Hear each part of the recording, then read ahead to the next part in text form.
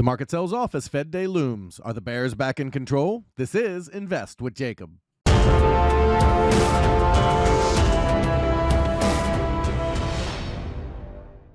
Okay, guys, so on Friday, we saw the market rise all the way to the top of the pivot and fail to break out and then sell off a little bit on Friday afternoon and into Monday. This is pretty normal behavior at the top of the pivot, as you generally see a rejection the first time through. Now, the question is, can the bulls pick it up and take it back through the pivot to break out towards 4,200? I'll get into that in just 1 second, but first, if you're new here, welcome to the show, guys. My name is Jacob Gabbard, and this is Invest with Jacob, where we use Elliott Wave Theory to break down the SP 500 and the NASDAQ. I highly encourage you to hit that subscribe button down below so that you can get our daily S&P updates, our trade setups, and our buy alerts. All right, guys, as always, we are doing very well in our room. We took some profit on Friday toward the close when the market moved up on our big move up that we bought down at 390. So very good for us. If you want to be part of this and part of a team that really cares about you and wants you to succeed, stay tuned for later in the video. For now, let's jump into the chart and take a look. Okay, guys, so here we are on the 1 hour SPX chart. And normally we do look at the futures, but in this chart, you can see things a little bit clearer right now as you do get some noise after hours on the futures chart. So I wanted to go to the SPX chart to give us a general idea of what we're looking at. So keep in mind, these are going to be the SPX numbers and not the futures numbers.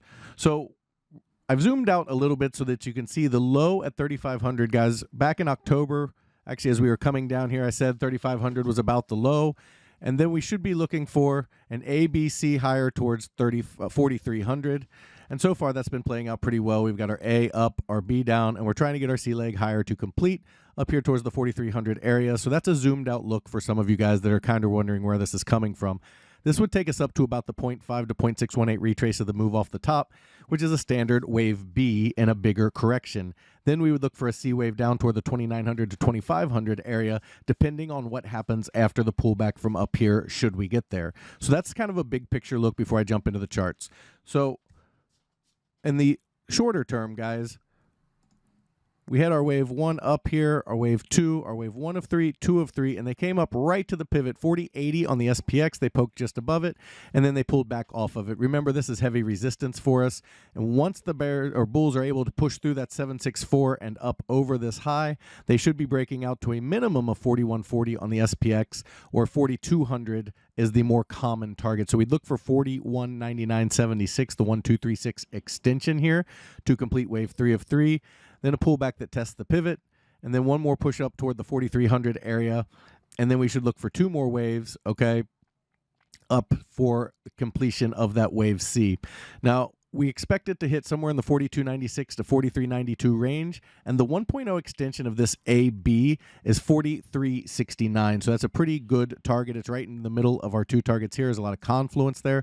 So about the 43.70 area is where we would look for this to top, should they be able to come back and break out here. Now remember, we do still have to come back and break through the pivot and take out this high. Okay, now if that isn't what we get, and it is a failure to launch, okay, and that does happen sometimes, there are a couple ways we can look at this. Okay, the first would be that we're getting a bigger ABC down. So you would have A, B, okay, and then you'd get a C wave down a little deeper toward that 3,700 area. And that's kind of where we looked for this B wave to hit anyway, was around that 37 to 3,800 area, and they barely ticked into it here at about 3,760, so they could go a little bit lower toward that 3,700 area and an ABC down. So to me, it's pretty unlikely based on this structure. It's very corrective. It's a clear 3-wave move down from this A wave high to this B wave low, A, B, C. And because of that, okay, to me, it's very unlikely we're getting that huge correction that everybody's looking for right away. I still think we need to complete this C wave higher up toward the 43.69 area to give us a proper B wave bounce off of the highs. And then we should see that low come in, okay, at 2,900 to 2,500. Now, there is a bullish path back to the highs, but it's very convoluted. The bulls will have to prove it, and we won't talk about it really until we get there. So our primary path, guys, is that we are headed towards that 4,300 area and then down into the 29 to 2,500 area. And then our secondary path is this ABC here. Over on the NASDAQ, okay, very similar setups. We came up short of the 1.0 and pulled back here. So without hitting the 1.0, we can still pull back here into basically a wave 2 of 3 of 3 is what it would be. It's getting a little deep in the weeds there, but that's what it would be. And then come back and take out this high and continue on toward at least 12,561, but more likely the 12,708 area at that 1382. So we would look for a pullback and then a move up, okay, to complete wave 3 of 3. We get wave 4 of 3, and then 5, and then 2 more waves after that, which should take us up toward the 14,000 region up here. We've actually got it at 13,334 is where we have it targeted, but they could push a little higher than that as the NASDAQ has been leading on the push up. So both bullish paths are still intact. On the NASDAQ, you would have that same big ABC that would almost create a double bottom here, like so. And then we would look for that launch from there. So 2 very similar paths on both markets, the ABC for the downside and a break back over the high toward our targets to the upside. Guys, if you like the information that I put out in these videos and you want real-time market updates from me, you need to check out investwithjacob.com. There's a link down in the description.